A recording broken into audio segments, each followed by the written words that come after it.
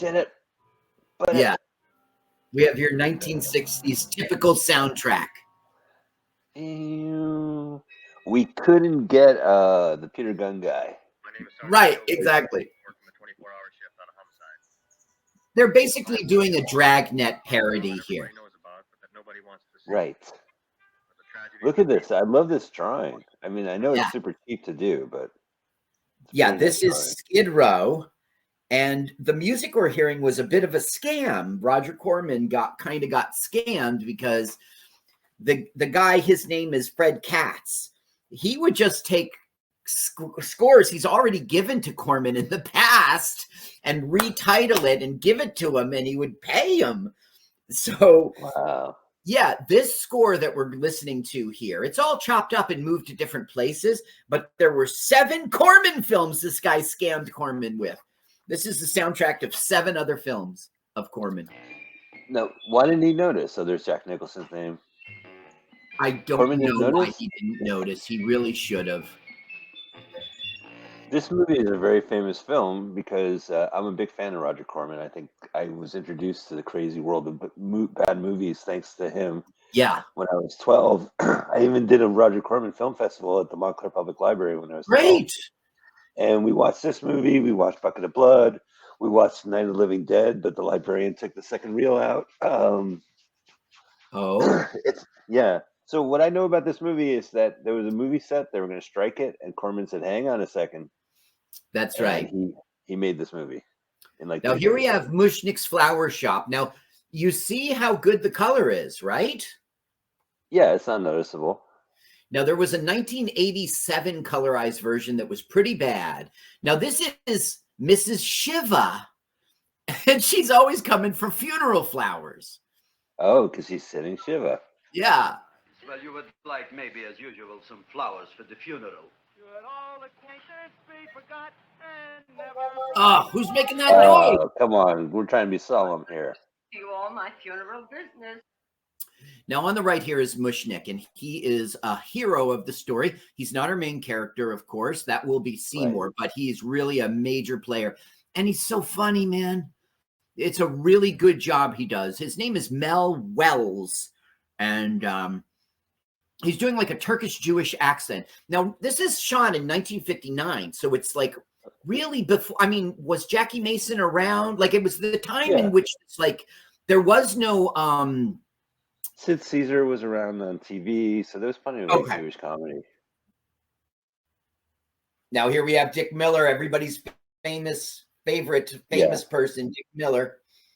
You're right. I'm watching that movie, that guy Dick Miller, where they talked to him right before he passed. Unfortunately, he died. Yeah, I do know. Yeah. Let's see. When was that? How come it doesn't reach out and get? Oh my gosh! Oh, here he is. Dick Miller died in 2019, so that's pretty recent. But he did miss the pandemic. God bless him. The dentist is calling up and trying to order flowers, and of course Mushnick. That's the writer's father, by the way, sitting in the chair with his 1950s haircut. Nice. The writer is all over this thing, and his grandma's in it. His dad is in it. He does the voice of the plant. He pretends he's a robber. Look how the dentist patient is holding the equipment. Yeah. So the guy's he's like trying to order a fern and some gladiolas, and Mushnick's trying to say 2 ferns and a dozen gladiolas. He's like, no, Mushnick. He's trying to beef up the. Here's our hero. Here's our hero, Seymour, and we will see more of him. Now, Seymour is a ne'er-do-well. He is a klutz. He's a dunce. He's stupid. He's everything that makes him, at his, I'm a man age, work in a flower shop. Okay, he deserves his part. Look at his face as he's giving him instructions. He's trying to think about what he's saying. Here's my friend. Yeah, let's give a listen. Yeah. Although there's not much funny at this point. We'll give a listen in a second. He's just going to order some carnations. Now, in the musical movie, Bill Murray had his role. No, I think Bill That's Murray it. was the dentist patient. No. Oh, the bit. No. Oh, all right. Well, Okay, who so played this role? this is nobody. This role doesn't exist in the. See, basically, it's like Seymour, you're fired. And he goes, but I made a new plan for. Okay, let's listen to this joke. That Seymour is. Oh, here are your carnations. Here's Wait, your I'll wrap them carnations. for Oh, you. that's all right. I'll eat them here. I'll eat them Yeah. here. Why not? Of course. Of What course. else? Now look, he pulls out his own Well, salt. I've had better. Well, this is a small shop. That's okay. You know, those big places, they're full of pretty flowers, expensive flowers. When you raise them for looks and smell, you're bound to lose some food value. I like to eat these little out-of-the-way places. Such a thing, eating flowers. Look, don't knock it. All right, don't ruin my sale, Miss Shiva. Now, Oh, baby. people asked Dick Miller, like, did you really eat flowers? And the answer is yes. Now, there are some flowers you can't eat. A carnation is perfectly safe to eat. Okay, if you eat a poinsettia, you'll die, stuff like that. But in order to prove it in interviews, he would come with a flower in his pocket. And people go, did you really eat a flower? And he would pull out the flower and eat it and go, yeah, it was. So when do you think that interview was? Like in 1996? He still has his little shop of horrors flower waiting for that question. Great question, because this thing was not popular immediately. Okay, Dick Miller genuinely ate flowers in this movie. Dick Miller was frequently asked if he ate flowers. On more than one occasion, he devoured a bloom in front of stunned interviewers to prove that it wasn't movie magic. So I don't know when. Yeah, no, it probably. Now it's like, Seymour, I've had enough of you. You're fucking fired. A surprise plant just for you. I'm growing a plant like you ain't never seen before. He's making a Excellent. I surprise can't even sell the plant. plants I got in my shop. Out. Well, that's the killer plant. You gotta That's look kind of right. plant you want to look at. I don't look See, on now flowers. this is Dick Miller's role. If he's got a new plant, you ought to look at it. For 200 years, but I got one shop on Skid Row. One. He goes, I've eaten plants all around the world, and I find that the plant shops with exotic plants draw people in, and while they're in the store, they eat. I'm sorry. He didn't say that. I said that by mistake. They buy once they're in there to look at the other. And once you get that foot traffic, they'll sit at the counter and eat. And they stayed to buy. The owner got rich. No. He scratched himself to death in an insane asylum. Oh, that was my cousin Harry. So R.I.P. Harry. every time it reports that somebody died, Miss Shiva's like, oh, that was my cousin Mushnik. I made that up. Yeah, no. Look what he did to the gladiolas. Whoa! Oh, come on, Jonathan Hayes. So he says, that's right. His name is Jonathan Hayes. And he was discovered by a guy who was doing a move at a gas station. Look at this piece of shit Skid Row house. Now, man. are we in Los Angeles? We're in Los Yeah. Angeles. Yeah, Skid Row. We are in the real. Now, as you know, I did a lion's share of my childhood growing up in Los Angeles. As a native Los Angeles. Right. And I lived in Skid Row. Oh, yeah, that's right. I remember your place. What a dump. What a dump, right? But my father was a poor psychologist at a local college. Okay, now here is Also Mom. California State. And Mom is all about, I'm a hypochondriac. That's her whole comedic point throughout the film. It's really not very good. But she is the writer's grandma. So instead of doing we usually have a boobs list. Every time we see a set of boobs, we write down one. So maybe we could do Little Shop of Horrors, writers' parents, writers' family. Well, So we so could far we're do at a 2. writer's involvement count. Yeah, so we're at 2, right? We're at 2. Okay, let's do that. Writer's involvement. All right, writer 2. Now, he was just pumping gas, and a guy who was making the Monster of the Deep or some crap came by and said, hey, you've been pretty good. And Roger Corman liked him. Here, let me tell you. Hayes was working at a gas station in California when he was discovered by Wyatt Ordung. Ordung was directing a monster movie A Monster from the Ocean Floor in 1954, Close, yeah. being produced by Corman, and he offered a small part to Hayes. Corman, 3 years Hayes' senior, was impressed and cast him in many films. And of course, I got a list here. You know, all these people we're seeing they're Corman regulars, you know, and they were all in Bucket of Blood and stuff. Well, that's the thing. So there's a Bucket of Blood trilogy I remember as a kid, which I don't remember the third movie, but it's basically saying that Corman had two to 3 days to shoot a movie on a set. Mm-hmm. And this was one of them. And then Dick Miller did Bucket of Blood, which I love. Yeah. And as a matter of fact, Dick Miller was going to be Seymour. And it was Dick Miller himself who said, look, come on, give it to Johnny. Okay, Johnny's never been a lead. He's really good. So Dick Miller talked himself out of this film, which wasn't a dumb move. It was, you know, it was the Corman gang. They were always making films. Give him this one. Well, he's great in Bucket of Blood, Dick Miller. So he definitely earned his stripes as a lead. That'll be our next film, right? I hope so. There's the old Temptation Club. I remember these days, man. Oh, you walking around Skid Row? Oh, absolutely. Why? This was, boy, oh boy. This is the 200 block of East 5th Street between Los Angeles Street and Wall Street. Remember? Loved. Who could forget? The truth is, okay, this is really the Bucket of Blood set. This is not on Skid Row. This is an interior. Now, they're talking about how quick this was shot, and they're being impressed. And everyone's like, they shot this in 2 days. Right. But the truth is, it really took 11 and a half days to shoot by my calculation, okay? Okay, well, break it down your calculations. Okay, they had 3 days of rehearsal. Nobody counts that. That counts, right? You had to like SNL. You got Monday night, you pitch the ideas to Shaq.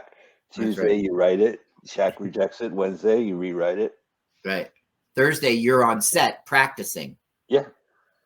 Okay, then it was time to shoot, and they had 2 days and 1 night to shoot no, not 2. They did it in 2.5 days. 2 days and 1 night, they shot the interior, and then they spent 2 weekends doing the exterior. So that's 4 days by my calculation. So 3 days plus 2.5 plus 2 equals 11 and a half days to shoot this thing. That's still remarkable, but it's not as braggy as everybody wants to. And then one thing I didn't realize when I was 12, and I realize now, is that it's really unfair to the crew, right? I mean, it's cool. He's got a passion, and they're going to create this artistic thing, but their crew must have been on the set for like 24 hours a day or something. Why do you always go there? Like actors and crew there. This is the movie business. They want to be there. They want. Right. Nobody's saying, "Oh my God," watching the clock. Sure, yeah. I can't wait to get home. Oh, gotta make an entire movie in 3 days. That doesn't sound like fun. But it is. I tell you, I'm sure that Jonathan Hayes was way into it, and Audrey here. I just can't see a world in which they're like, "This is unfair. We are being forced to be in movies." Well, I mean, now there's unions and stuff. They wouldn't allow it. Okay, that's true. And that's another thing. You know, this was shot at the very last second of 1959 because the rules were going to change for actors. They were going to get a better cut. And so Corman was squeezing into the last seconds of 1959 before the rules changed on January 1 of 1960. Huh. So, all right. So I wasn't too far off. He was aware of it. I mean, it was exciting stuff. You read about this and you're like, God, I can't believe Corman made a movie, you know, within a week or something. And then it's like, well, it must have been kind of hectic. I'm sure, but okay. Here it is. Corman shot the film quickly in order to beat the changing industry rules that would have prevented producers from buying out an actor's performance in perpetuity. Whoa. January 1960, new rules were to go into effect, requiring producers to pay all actors residuals for future releases of their work. Now, you know Corman doesn't want that. No, of course not.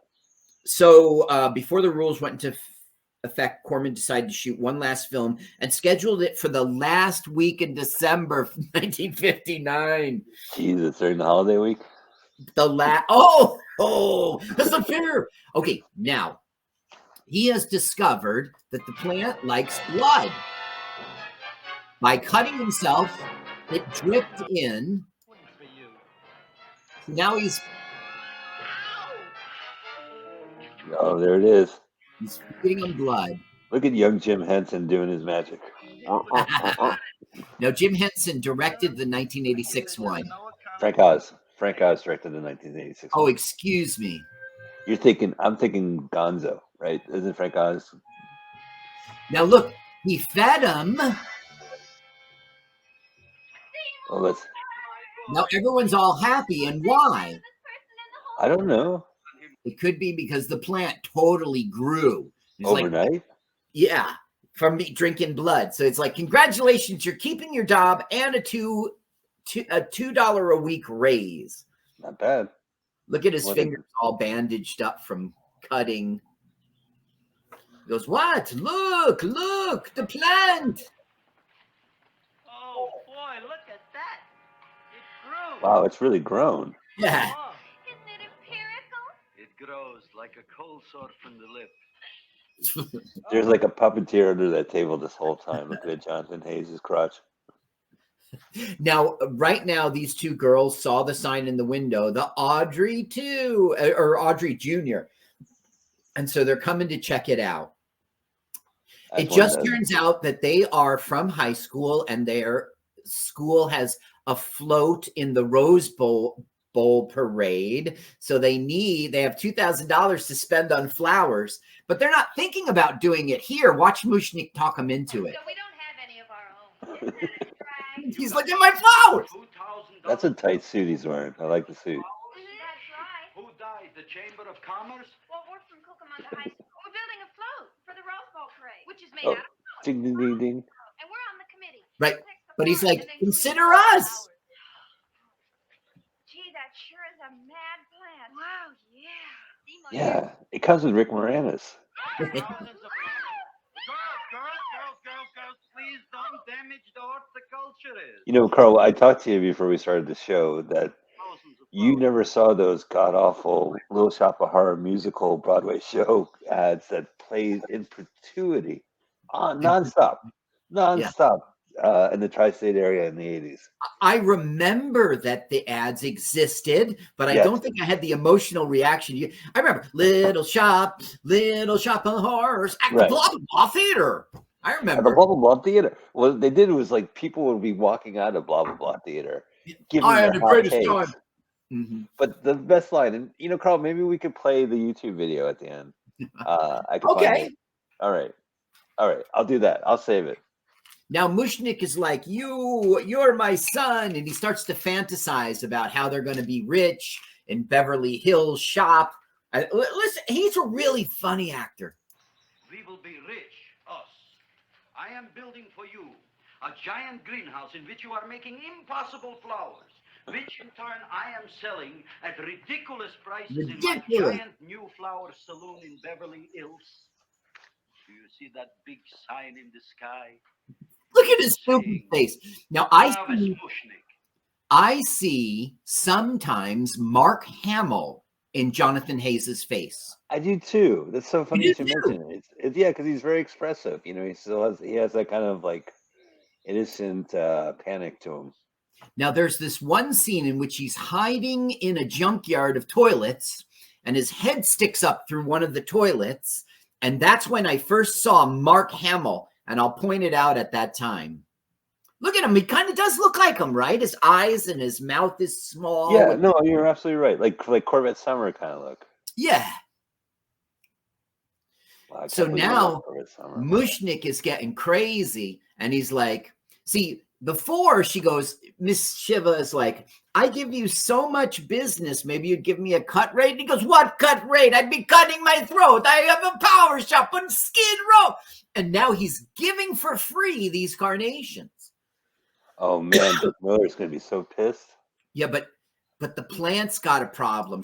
They're about to find out. My Uncle Mush's brother, Yanko, died 10 Tenafly, New Jersey. We should also give some flowers to that poor dead. Even especially in the 50s, New Jersey was a Come on, punchline. Mr. Mushnick. Dead plant. Look at Mushnick's face. He's such a good actor. Look what happened to my plant, Dad. Who are you calling Dad? Who? Who are you calling Dad? And it was so beautiful. to Before see he was the like, "You are my dead. son." Excellent. Just a few seconds ago, I gave away dozens of carnations free to Mrs. Shiver. I didn't mean it. You have perhaps an explanation. No, but if you give me a minute, I'll think of one. So, well, okay, you see what's going on here. It's Um, great. Let's It's give props all to Corman. about, am I keeping my job or not? And if this plant does well, he's keeping his job, and it will in the end for bad reasons. Corman's a good director. I mean, he's moving the camera around. He's getting framing them in the Well, right spot. okay, but he's got a lot of criticism for how this was shot. This was shot kind of sitcom style. Sure. Okay? So he had 3 fixed cameras. He had 2 camera people, not a third. And he would, boom, he would, you see how we just tilted and moved with the camera? Yeah. So they weren't always static shots. Now he's hearing it talk. You said that. You can talk. I got a talking plant. Say it again. Beep, beep. Mhm. Boy, Now, I never been to college and I ain't been around much.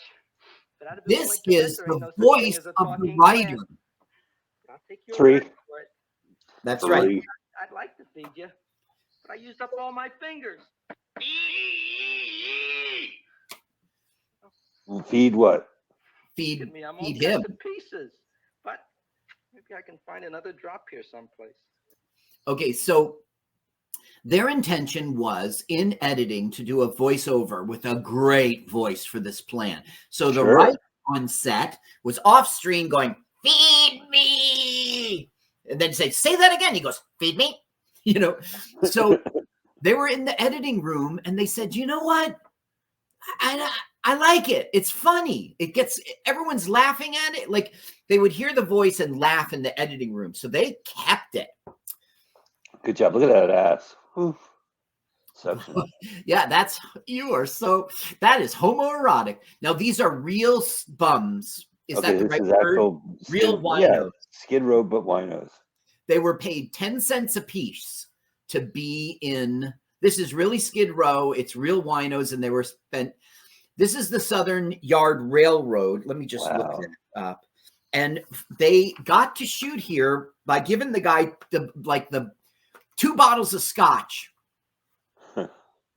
Okay, now Seymour is like a 14-year-old kid. So he just starts throwing rocks at a bottle. Unbeknownst to him, there's a dude under there. Oh no! So let me guess. He's gonna clobber the Skid Yeah. Row guy. Hey! Boom! Oh! Now, that was not Jackie Coogan, you know, the child actor. Sure. That was his Oh. brother. Oh, is that Flacky? It's- Coogan? Mackie. It's Robert Coogan. How fun. Now look, he stumbles onto the tracks. Now, see that? They did it See what? backwards. The train is coming. They convinced the train guy to drive it backwards. Crazy. Yeah, doesn't that really look like it got mushed? Up into the actual point. I mean, there's no money shot, but yeah, no, it did look like it. That's right. There's no money shot. And basically, he stood, the train started backing up, then he got down to his knees and rolled on his side. Crazy. Well, it did a good job. Give it up for Robert. Now, Robert Coogan was, he made his film debut in Suki and Skippy in 1931. Jesus. He reprised that role. He was in about a dozen films, but his brother was the Sure. real Hollywood star. We've seen some films with Jackie Coogan. I'm trying to remember what age he was in them. That's right. We saw them when he was grown up. Yeah. Now, okay, look, you're at a train. This is a real hearse and a real dead body, by the way. That No they see the shit. foot. You see the foot? That's so crazy. Oh well, I see the foot now in the bag. Okay, now You're at the train yard. A hobo he's actually a trained detective, believe it or not, but nonetheless, he stumbles onto the tracks and gets hit by a train. Did Seymour really kill him? Why should he take the body to go hide it? Do you know what I mean? If the cops come, they're going to see some poor sap got hit by a train. They're not going to think. Well, he threw a rock at him. Yes, we know, and Seymour knows that he didn't kill anyone. He bonked a guy on the head with a rock by a mistake. So who's in the bag? Who's in the bag? See, that's the thing. He didn't do it to feed his plant. He's just now putting 2 and 2 together. Hey, I could give you a snack. Maybe just a snack. Sure. I have a dead body right here. But see, it kind of doesn't make sense as a film, but we'll just blow past it because he didn't need to do anything with that body. Look what he's doing here. The hand. Cool. That's what a dead body hand looks like, by the way, girl. Yeah. Okay, this is so funny. This is Mushnik at dinner. Call a salad. What do you call that salad? Caesarean.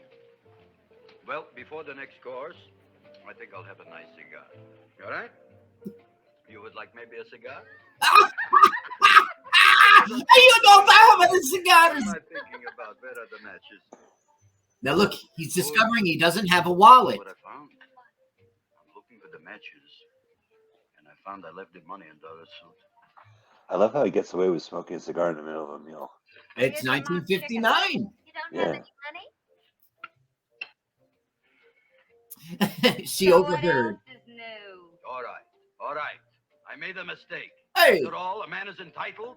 Go on, it's your story. I'll wait for the punch. Don't get Ooh, that's no, me at this the is moment. like I'll have you talking know with that the. in my shop in the cash register, I'm having the total day's receipts, which is summing up to more than $9. You'll bring the rest of the food, then I'll go to the shop and get the money. You're playing my favorite song. Now look here, Buster. One of you is going to go down right now and get the loot, while the other one stays here until the. You are having gets back. hostages? If you get me. Oh, fine. In this fancy schmancy restaurant, you are holding hostages, right? All right. All right. I Fancy think he was schmancy. making fun of his accent there. You eat. Yeah. I'll be back. Oh, he's great. What I was trying to say earlier is this is like today, a guy talking with this like Jewish foreigner accent is very common. But back then it was like just getting born with the there was no Mel who made Young Frankenstein? Brooks.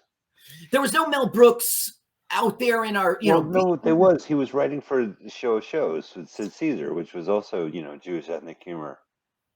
Okay, so I know, but I'm saying it wasn't it was just now getting born mainstream. This was a new, fresh thing. Okay, so he's now witnessed Seymour feeding blood out of a dead foot to the plant. So he's going to act, and he's going to demand to get drunk. Listen to this. Now, right? Bring me whiskey, rum, wine, gin, bourbon, What? scotch, rye, tequila, sake, manischewitz. Did you bring the money? Don't bug me with the money. I got to get drunk now. What flipped him? I don't know. Here, take it. Bring me anything. Bring me everything. Creme de mint. Everything you got. Okay. Manischewitz. What happened? Don't ask. Now, Audrey always pronounces words wrong, and it's a running gag. Tell me, maybe I could help you. Help you couldn't. Now, in the musical movie, Information. it was what's her name? Who played Who Audrey? played Audrey? Yeah, God, you blanked on the name. I'm blanking on the know. name. This Audrey went on to be in Police Academy 2 and 4. I know Really? you Yes, love was. those films. Yeah, I know. I'm very familiar with Their First Assignment and Citizens on Patrol. Right, 2 and 4. She was also the voice of Melody in Josie and the Pussycats. Josie and the Pussycats got something with a girl. Something that Check out their tats. Josie and the Pussycats. check Hey, out dogs. their tramp stamp. Okay, he's come.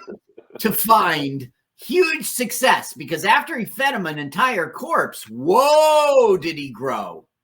Now, Dick Miller said, I don't want the main part, but make sure I hang around the entire movie. Well, he does play a pivotal role in Seymour keeping his job. Now, look, there's the writer. Oh, darn. I want you to see to the left. Oh, darn. The writer is in the scene right now, checking out. There he is. He just walked past. You see him there with the trench coat? Yeah, creepy guy. Okay, so that's 4. What was I telling you? Okay, it was Gremlins and Gremlins 2. Audrey, her name is Jackie Joseph. Okay. She shows up. Okay, this is very funny. You got to hear this. I got a toothache. What do you want to talk about? That plant, is that a nice subject for to talk? For The to plant's talk. great. It's 4 times bigger than it was yesterday. I saw. How come the plant is now so big? Oh, I don't know. But Oh, you know, dead body, you know. Right. It's been open a half hour. We already done $70 worth of business. 85. Now look, Seymour. You gave this plant a fancy name, Audrey Jr., but I want to know right now, what do just people call it? Well, it's a cross between a Butterworth and a Venus flytrap. Venus flytrap. Oh, every florist knows that's bad news. Because it eats insects. It eats them 3 times in its life, and then it's full grown. Excellent. And how many times is this one eat? Well, once or twice. You don't remember? Well, this is kind of an unusual type flytrap. That is a possibility. They never eat again. I don't see how it could get any bigger. Then you think it don't need any more flies. Which means human beings. Right. He's hearing the My money. tooth is just killing me. Oh, I forgot he had a toothache in this movie. Yeah, no, he has a toothache for no reason but to go to the dentist. No reason. There's no. Okay, so That's right. Mushnick was going to go to the cops and say, I have a murderous employee and a plant eating a carnivorous plant. But now he's like, I'm making money and it's probably not going to eat anymore. So what's the harm? I'll just make my money. Listen, it's only one Skid Rower. Her name is Jackie Joseph, this Audrey Fulquard. And she got on a plane and they told her that they were making like a detective movie. And then when she came back, it was like, nope, we're making Little Shop. Oh, how funny. Well, the thing got written. Okay, that's the writer. That's the writer. Okay, so All right, that's 4. 5. 5. 5 writer things so far. Oh, Carl, I should mention something about. I don't remember the actor's name, the actress's name, but there's a famous British actress, beloved. She goes on talk shows like Graham Norton and talks dirty and lesbian.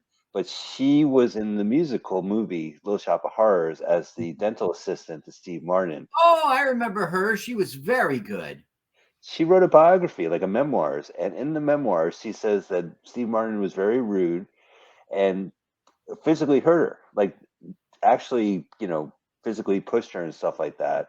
And it was not a pleasant experience. Yeah. And both Steve Martin and director Frank Oz went on the record saying, that's not true. Look, I have the receipts to prove everything was very professional. Like they immediately had several paragraphs to say this inaccurate. Right. So who knows? You have to watch the movie. Steve Martin, as you know, I am a huge Steve Martin fan. He is hilarious. And I'm a fan of his stand-up. I'm a fan of his films, except for the sellout bullshit. But yeah, there's a lot of sellout stuff. He is notoriously known. Is that the right word? He's infamously known as an asshole. Yeah. Oh no, I get it. Now I have always been like, I want to see the artist, what he says. Here's my art in my gallery. I kind of don't care about the behind the scenes, which is good for Steve Martin because he is just. Everyone says what a jerk he is. So, well, obviously we love the behind the scenes. We wouldn't be watching movies and talking about it if we don't like looking a peek behind the curtain. But yeah, you're right. There's some times you should not know your heroes, right? Right. Okay. Now, this dentist is just being a sadist, and so he's dueling him, and boom, he kills him. Does it make sense? No, wait a minute. Hey, doesn't he have another patient? There he is. That's what I'm talking about. Yes. Now, this is some B character actor person. I don't know who it is, but well, during this time, he was a B movie actor, Jack Nicholson. He was in Corman films galore, including a lot of great Edgar Allan Poe movies. right. And he did a lot of biker movies, and I think he co-wrote. Didn't he co-wrote Easy Money? We know he co-wrote our favorite movie, Head, the Monkees movie. Oh, yeah. Okay, so this, you're right. He was not known. He had only done 2 films for Corman, and Corman didn't even want him in this scene. So Nicholson reports, I couldn't play it straight. I went on the shoot knowing I had to be very quirky because Roger hadn't originally wanted me. I couldn't play it straight, so I did an awful lot of weird shit that I thought would make it funny. So you'll have to come back tomorrow. Oh, I couldn't do that. I have 3 or 4 abscesses, a touch of pyorrhea, 9 or 10 cavities. I lost my pivot tooth, and I'm in terror. He's pretending that. See, the truth is he loves pain and he loves to be at the dentist. Right. And that was Bill Murray as the patient in the musical. Yes. Yeah. All right.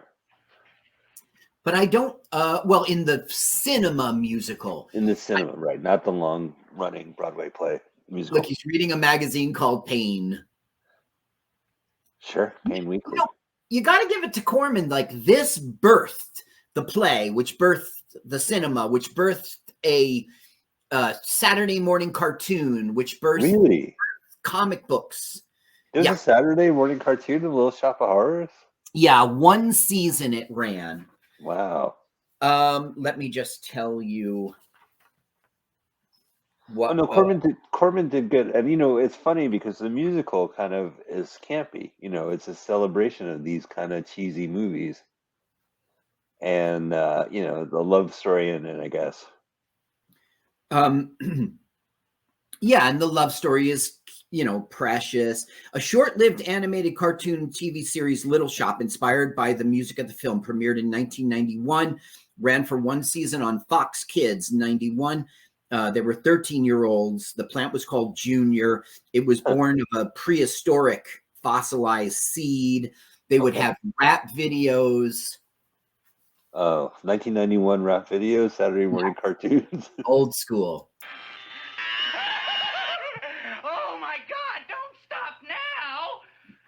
I made a lot of holes, and now I gotta fill it up with this here silver stuff. Well, aren't you gonna pull any? Well, This movie is so funny because it is very short film, right? It's 1 hour and 10 minutes. Yeah. So what does that mean for us, the viewer? We get this Jack Nicholson stick in the middle of the film. We're in and out. So now he pulls a tooth. Now, he will bonk over the dental thing. And Nicholson reports, see that right there? Yeah. Corman hops in, sets it up right, and says, that's a cut. They never filmed the ending. They just went right to the scene. He's like, thank you. I will come back. Here comes their joke. Did you get it? Forever. My punchlines are shorter. My setups are a lot shorter than that, Carl. That's how long that joke was. Feed me. Dracula, what do you think I'm carrying here? My dirty laundry? I got Jack Nicholson. I'm literally carrying Jack Nicholson in this. No, it's the dentist. It's the dentist. I had to carry Nicholson. This should be enough for anybody. Don't worry, we'll change your post. Well, look at that cost. That's so. You may have been a crummy dentist, but you were a nice fella. I love these puppets. Anybody in my. And it isn't even Jim Henson. Nicholson was inspired by Jack Dimison. He was one of an actor in the 40s. Okay, the film was the basis for the off-Broadway musical adapted to the 1986 feature film. In 2003, it had a Broadway debut. 2019 was off-Broadway again. 1995, the movie was adapted as a 3-issue comic book series, which was released by Roger Corman's Cosmic Comics. Oh, right. That was classic, right? Right up there with Image and Dark Horse. Now, the reason we're watching this is because it is in the public domain. You see, Corman put this out. It was at the Cannes Film Festival. I don't know. He didn't believe in it, so he never bothered to copyright it. Which is crazy because he cranked this movie out to exploit the workers, right? So they won't get any Bullshit. residuals. Okay, Well, watch his cigarette. Watch his cigarette. To No, exploit the workers? Not to exploit. Let me phrase it this way. He saw a loophole. He realized he had a week to get these acts because then he didn't have to pay residuals. But he never copyrighted this movie, so he doesn't get any money off of this anyway. Watch the cigarettes. Yeah, that's right. He never did. Watch the cigarette. Oh, we missed it. We missed it. It just jumps around. It just jumps around. Sure. Now, Joe Fink, is that supposed to be a Dragnet thing? Joe Friday? Yeah. One of them is named Fink, and the other one is named, where is it? I don't have it in front of me. They have funny cop names. He goes, I'm a Fink. He goes, wait a minute. Look how big it is now. Seymour. You killed another. Seymour Plant. Joe Fink, and he's the narrator too. There's a narrator? Yeah. Oh, that's right. That's right. In the beginning. That's right. I remember. I am a detective. Now we're going to have some romance. Gee, Audrey, you don't have to. Suddenly Seymour. So this was an off-Broadway play, and then it hit Broadway. Got it. And it was off-Broadway because it was copyright free. I do like to. You do? You really do? You like to kiss me? Sure I do. Would you like to kiss me again? Okay. That plant? He's so good. Oh, boy, you kiss good, Audrey. Well, You know, he also is a dead ringer for Lenny Bruce, don't you think? Would you like to go out on I a can date with see me Lenny sometime? Bruce in his Ready? face. Yeah. Yeah. Seymour, anytime. Tonight? Okay. Oh, boy. Oh boy. Plant. Okay, enough of the romance. What about that killer plant? Yeah. Talk on Audrey. Talk on Audrey. With a float. Okay. Oh, there's the high schoolers that hang out on Skid Row. That's right. Now they've agreed. Yeah. Look at Miller. He just walks in. He's got Look, like he the takes his Untucked look. flower. I'll take it. What's new? Oh, I got terrible news. Yeah. He died. Just lost his little boy. Oh, that's too bad. So I didn't play the audio when the cops were together. They're like, how's your son? How's your family? And he goes, I lost a kid last night. He goes, really? Yeah, playing with matches. And he goes, that's the breaks. And then Miss Shiva comes in and goes, my nephew's sons, they lost it playing with the matches. So It's pretty dark. yeah, so Mel is doing a great job pretending. Fancy picture. Why are you so nervous? You got a guilty conscience? No, why should I? Why should I? The picture, Dr. Farb. You know him? He maybe did something. Disappeared. Blood in his office. The other man, too. Blood in the railroad tracks and few spare parts. Dr. Farb is murdered. Is he? Is he? No, I don't know he was murdered. He doesn't know anything. Okay, Mushnick.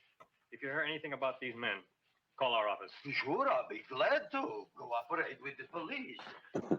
So he obviously knows everything. And then Joe Fink is like, he doesn't know anything. Bum, bum. They just did the gag with Miss Shiva. I'm so sorry about your son. What's going on, Seymour? And is finished all grown up. He's finished all growing up. You wouldn't kid your father. My father came home. Me, idiot. Now look. A I finger can't of stand any more of that plant.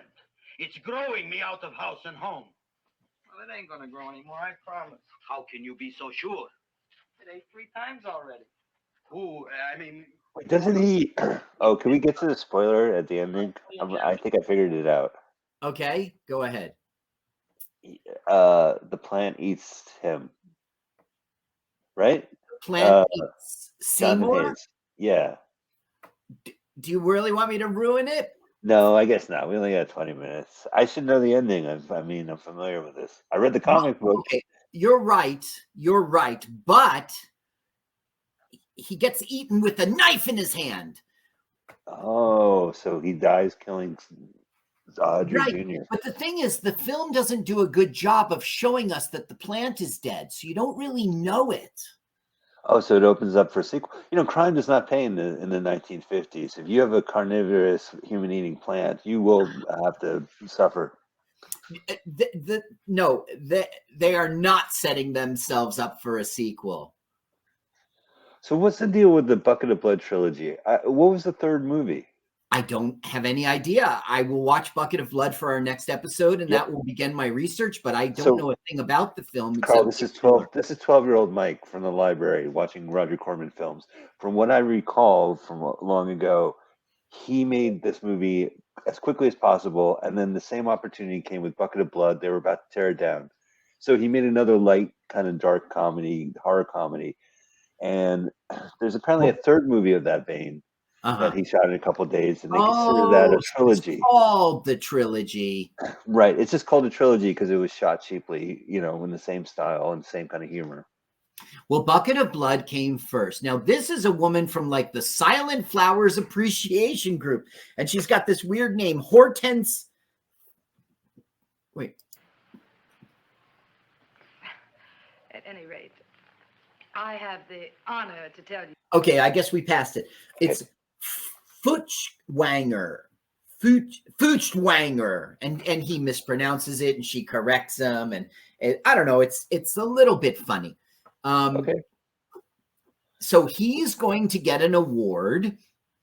And he thinks that once he gets the award, he will be a famous horticulturist. So this is his chance to, from a ne'er-do-well to become somebody. That's all. Look at that. He's opening the door for her. It's fucking suck ass. Kiss ass. Kiss ass. Oh, boy, I'm going to get a trophy. Oh, Caesar, I'm so proud of you. I'm so proud. All he had to do was kill people. Now, Audrey is not jealous at all of these little teenagers. Okay, so they don't have any money, so they're having dinner. It's their first date, and they're having dinner with mom. Now, I got to tell you that mom is no slouch in terms of having a career. I mean, she had one little thing. Right. Okay. Her name is Myrtle Vale, and she is the mom, and she is the grandma, the writer. So we counted her already. She was, longtime resident of Hawthorne, New Jersey. Shout out. Shout out. She was an American vaudevillian. She was a radio star and a film actress and a writer. She was a radio fixture. This is her big thing. From 32 to 46, a soap opera called Mert and Marge. Oh. And she played like a retired 1920s dancer. And she'll call that back in here. So she deserves to be in this film. She's not just the grandmother of, okay, here comes Mushnick. Now, Mushnick is gonna make sure nobody else dies, god damn it. So he's not leaving Seymour in charge of the plant overnight anymore. He's gonna do it himself because nobody's dying under my watch. Glutton, you. You glutton. I keep an eye on you. I don't let nobody get near you. What do you think is in his lunch bag? A gun. Oh, I thought it would be like a sausage. No, it's lunch. It's lunch. Is it kielbasa? I think it's a pickle. Soup. Now don't touch Oh. the Now, as you know, she's a hypochondriac. So the joke is everything she cooks, it's always medicine with Epsom salt and. That's a lot of Epsom salt. Yeah. So Audrey's like, ugh, what is this? Cod liver oil. It- Wonderful for the colon. And that's sulfur powder on the top. Yeah. Cod liver oil. Okay, wait, you got to hear the. Feed me. Talk. Feed me. He goes, I didn't hear that. I heard that. We got a talking plant that makes wisecrack. He's doing shtick. Yeah. It is kind of sitcom-y, right? Like Ghost and Mrs. Muir. Did that horse just talk?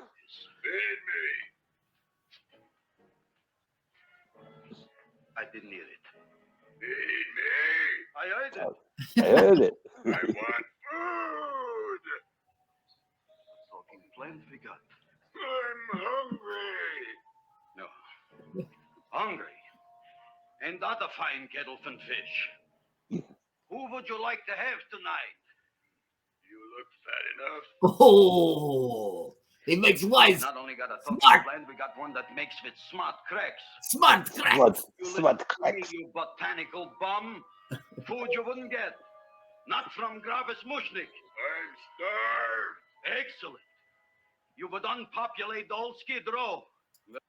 So he's Yeah. determined, I'm not giving you shit until he gets in trouble.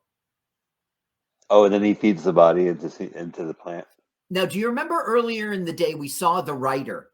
Yeah, right. He ran out of there. He had a trench coat. What he really is a criminal. Okay, what are we eating now? Because it's made of Chinese herbs and it's flavored with acromycin and Epsom salts. There ain't another cook in the whole world like my ma. So later they'll be together and he gets a peanut butter and jelly sandwich. And then Seymour is like, what does this cure? Because she's only a cook for medicine. So Seymour's whole life, he's been eating medicine. That's not bad. That's the way to do it. See, he's like, what is that? It isn't any good unless it helps your colon. So earlier in the day, we saw the writer. What he was really a thief, noticing all the business they're doing. They must have money in the cash register. Oh, so he's the writer comes in. Whoa! So the voice of the plant and the actor of the voice of the plant are going to be in the same room? Exactly. So This this is makes meta. sense. Charles Griffin. Let's get it for Charles Griffin. I had no idea about this guy. He would go on to write Ken's movie. All right, you. You see, like I said, his grandmother was that semi-famous person on the radio show. So he moved to California, and the first thing he was going to write, he wrote, was like a movie for her that revived the soap opera, but it didn't hit. But yeah, he was friends with Jonathan Hayes, who took a bunch of his scripts and just threw it on Corman's desk, and Corman liked it, cast him, and not cast him, but used it to make a film. And that's it. He was a Corman guy writing. You know, one thing about just cranking this movie out in 11 days, you have the writer on the set, probably. Yes. About 30,000 people in here. They must have spent some money. Where is it? There ain't no more money. Not a good actor. On the plant, it's a big attraction. Audrey Jr. The plant. Don't try to slow me, Jim. 30,000 squares didn't come in here just to look for a plant. I want it. I don't got no more money, honest. Please. I keep it in deep into the plant. That's right. That's right. Oh, Did he you does? know that? No, I ain't got no more money, honest. All right, try it the other way around. 5, 4, 3. All Okay. right, already. Okay, big bad where? It's in the plant. In the plant. Yes, in the giant, oversized Venus flytrap. Inside the big leaf. That's right, inside. So before I said exploiting the actors, I like didn't say that. indignant, but you're right. I only said that because you're always saying, like, look how they make them hang upside down. It's cruelty. Right. But you're right, actually. That's the only reason I was saying that, to like dispute you because of your mindset about it. But you're right. He shot this at the last second, so we wouldn't have to pay people in the future. Oh, so it's ironic that it's like one of the biggest public domain movies in the world. Yeah, it's ironic that he shot it to break then he never said fuck it. He never copyrighted it. Because he didn't copyright it, it became a big, big deal. And he gets known as the guy who birthed it. Right. Okay. Well, we talk about Corman a lot. We watch Gas, another one of his films, but he directed a movie called The Fast and the Furious about car racing. And that was just the title. They bought it. They bought the title from him. Okay. And You know, they did pay Corman for that title. So we saw Munchies, which he produced. He didn't direct. Both of them, two of them. We saw 3 Munchies. We saw all 3 Munchies. Oh, that's terrible. That's right. We saw Howard Nessman. Not Howard Munchie, Nessman. Munchie, and then Munchie 2. We also saw the Gremlin ripoff. Ghoulies. Ghoul. Went to college. Okay, but there was also one. There was Critters. We didn't watch Critters. See that. We also saw, of course, Fantastic Four. Well, notorious Corman film. You know what? I'm thinking of Munchie. I'm thinking of the Munchies. Yeah. So you're right. We saw all 3. Corman made it like a Gremlins R-rated comedy with and then turned it into a kids film. And we watched all 3 of these films. Now, the one with Dom DeLuise was hilarious. At least his voice. That's not fair. It was a terrible film, but we enjoyed it on our thing. I thought the Howard Nessman one was what am I saying? He's from KRP. Howard Hessman. Hessman. Right. It was Les Nessman, Howard Hessman. Oh, I can see that. Right. Yeah, I mean, we're watching Little Shop, but Munchies 2 was dire because the only returnable character was Munchie and the douchebag guy who tried to date the kid's dad in the last film. Right. But also the star of Munchies, the second one, was in the third one. Huh. In the beginning. And he was older. He was That's like 14. I remember.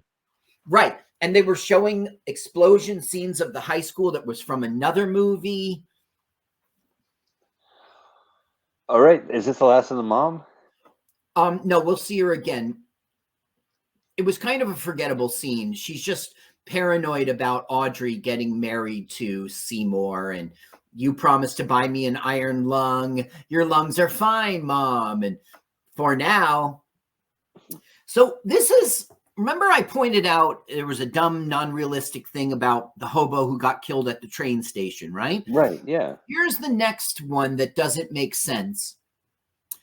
The plant starts talking, and he wants to hide from Audrey that the plant is, I don't know, sentient, or I don't know why he wants to hide that the plant eats people. And so he pretends that it's him and that he's a ventriloquist. So they're about to kiss, and then the plant says, me. I was just kidding. Right. I'm hungry. Seymour, For sex. why did you say it? Oh. Yeah, I'm hungry for sex. You didn't even say that. Oh, yes, I did. I said it. Oh, I'm looking right at you. I'm a ventriloquist. You're what? A ventriloquist. Feed me. Look at that.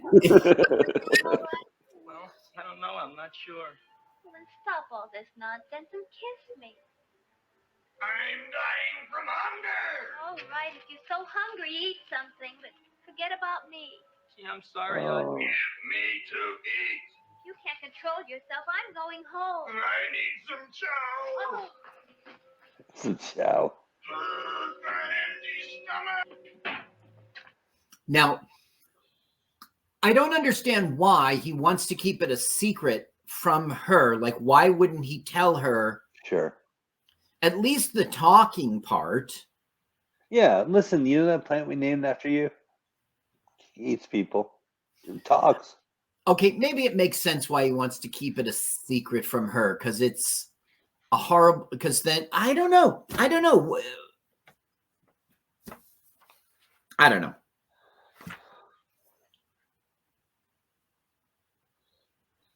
It's basically, I'll tell you all the truth later. then I'll talk to you. Good night, Seymour. So Oh, no. now he's mad at the plant. You're fucking up my love life. Okay. I'm not feeding you anyone. I'm sick of you, or whatever. Now, the third stupid thing, in my opinion, occurs in this film. He hypnotizes Seymour, and he does it in 2 seconds in an unbelievable way. Yeah, I bought everything about this movie until the plants hypnotized him. Took all them high-class fertilizers and sat up all night with you when you were sick. Well, we're See, us wasn't suspending done that for you. disbelief, so we're You with think the anybody else would film. have brought you human If beings this one to eat? strays, Darn right they wouldn't. Well, I've helped you, and you've helped me. Now shut your trap and go to sleep. I'm tired. Damn. now here it comes, the hypnotism. You are asleep. Close your eyes. Now this is the writer talking. Sure. He's got a lot of rage, gravelly and nondescript voice. Now you will do as I say. Do you follow me?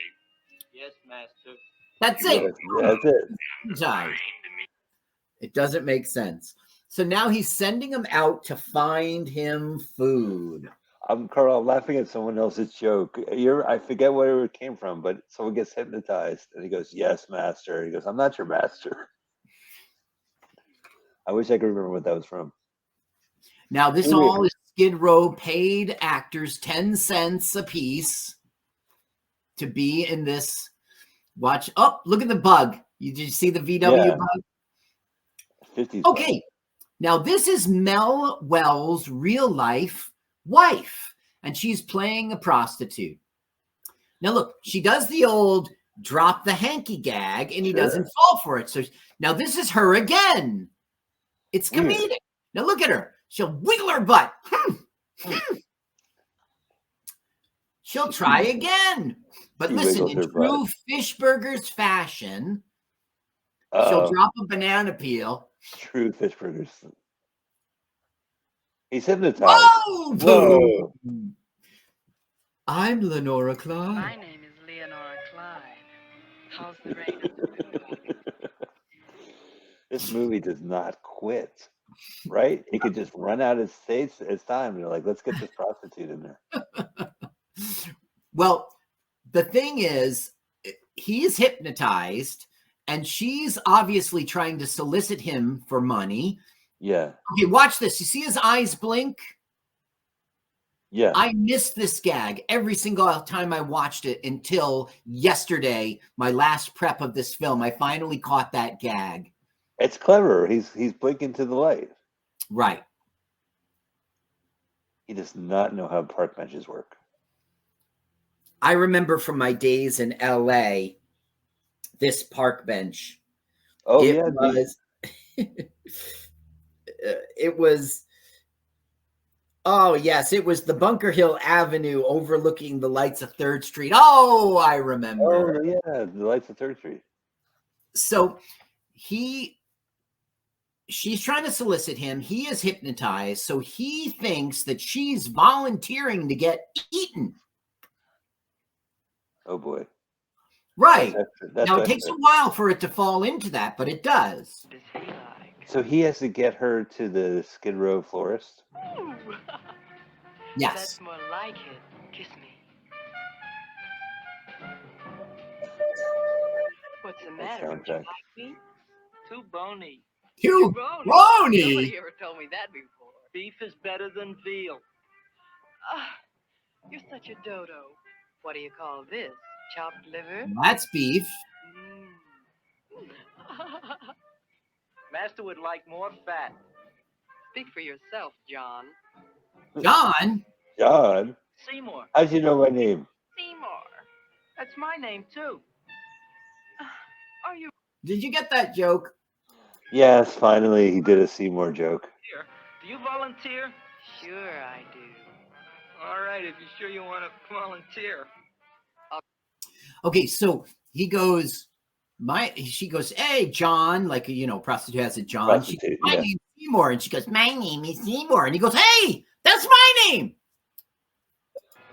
Oh, I thought it was like a Seymour ass or something like that. Right. Watch. Bonk. Bonk. Oh, no, Master's not going to like this. No, Master is going to like it. Master's going to eat. But she's bony. Yeah, I know. But she did volunteer. You're right. You're right. It won't Look be at that view. God damn.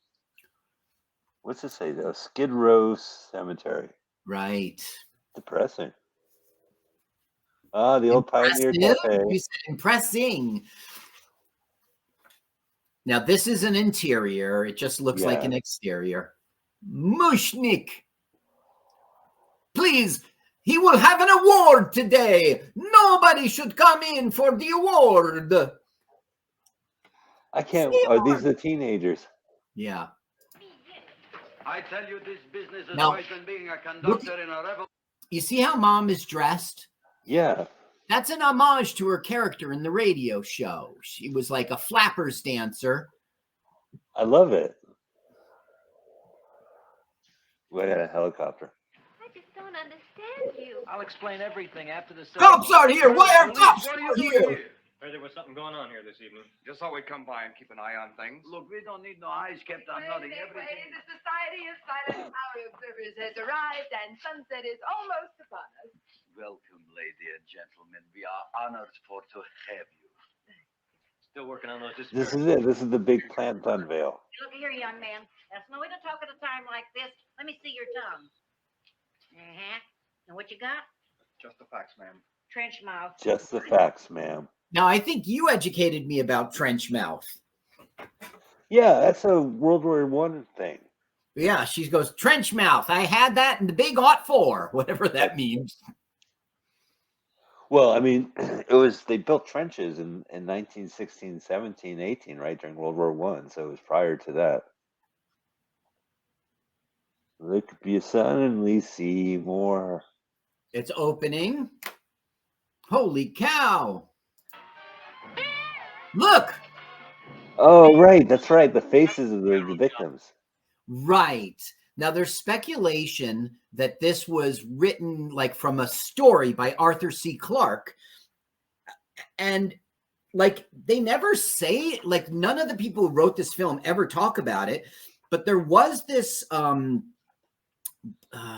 there's this story called Green Thoughts. And in it, the carnivorous plant, the faces of everyone showed up in the buds. So maybe it's true. There were 3 short stories this could have been based on, but the writer never admits that or talks about that. And that Clark story was written prior to the movie in the 50s. Yeah. Yeah. It was 1956. So that's kind of close, right? It could have come out and he wrote it. It was called The Reluctant Orchid. 1894, The Flowering of the Strange Orchid by H.G. Wells. And Green Thoughts, 1932. Where's he going? Okay, he's just running away because he thinks is that a subway station? Now, 5 cents a piece. 5 cents a piece. We hired these kids to run out of the subway. Oh, right. 5 cents. They didn't even get 10 cents like the adults? That's right. They did not get 10 cents like the adults. He exploited them. He exploited them. Quick, before it's 1960. Run. Yeah, in 1960, you have to give them 6 cents a piece. Okay, so like I told you before, they gave 2 bottles of scotch to the night watchman. He goes, go ahead. You can come in. Film all your shit. 2 bottles of scotch. Whoa, that's going to last me like a month. No, that's like one night shift right there. Yeah. What? No, you can't. Maybe you're right. Maybe you can drink a whole bottle of scotch in a night. And then have a little topper with the second one. Okay, so what we're really going to tiring. get right now is just a chase, in which Tiresome. they think they're. But the thing is, he's not a murderer, right? The one got hit by a train. The dentist was trying to kill him. He was hypnotized for the prostitute. He was hypnotized. I mean, I guess he legit killed the dentist. I guess he legit, even though it was self-defense. Now, there's only one funny. Okay, you see how Mushnick's tired? Yeah. That's kind of a funny gag. But Mushnick will now do the second hilarious gag in a minute. All right, I'm ready. Look at that sea of tires, man. I know. Like as I said, it's tiresome. Ha ha! Very good. Very good. Yeah.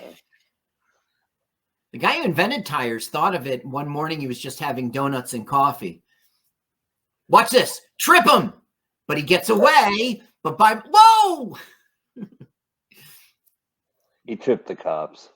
By a mistake. I don't know. I thought that was hilarious. I'm trying to figure out like the location. The location is. Oh well, it probably doesn't exist now. I can't find it. Yeah. Okay, so he's hiding in the toilets, and now we're about to see really Mark Hamill. Mark Hamill will lift his head out of the toilets.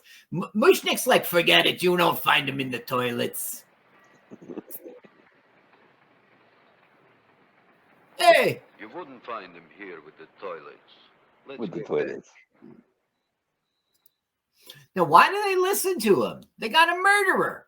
Yeah, they're cops. They're not like taking advice from a florist.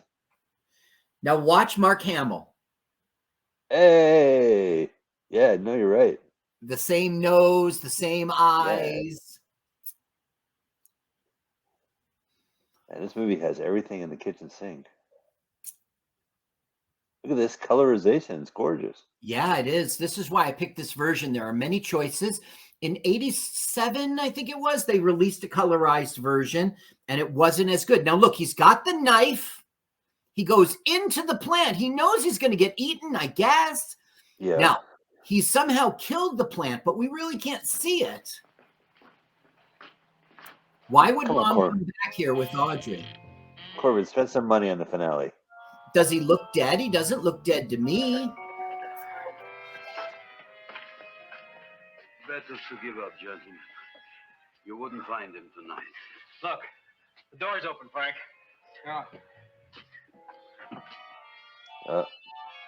Now, is the plant dead? It doesn't look very dead. No, I think the plant's still alive at the end, honestly. Now, there's Seymour's. It is. Seymour! I didn't mean it. He spoke. The end. I love this. I love this movie. It's one of the reasons why I love Roger Corman. It's definitely like just a lot of spirit. And, you know, I was talking crap, but the fact they made this movie so quickly and that the humor is so on point. It's really, he's a funny guy. Like Corman, we watched Gas with a bunch of S's. Mm-hmm. He reminds me of like Hugh Hefner trying to do comedy. Sometimes he really kind of he hits, right? He nails it, and then the other times it's like, Well, he nailed it with Fantastic Four movie. It was cheap and horrible and terrible, and it was also great with a great plot. I think Mushnick was hilarious in this film. I think Dick Miller was. I think there was lots of funny things about it, and it's so many legs. funny roles. Yeah, right. The mom, Nicholson, the dentist, they all kind of kill it. Thank you, Carl, so much. That was really great. You told me stuff I didn't even know. I really appreciate it. I love it. I love watching that movie. Nailed it. We'll be back next week. Carl, see you guys later.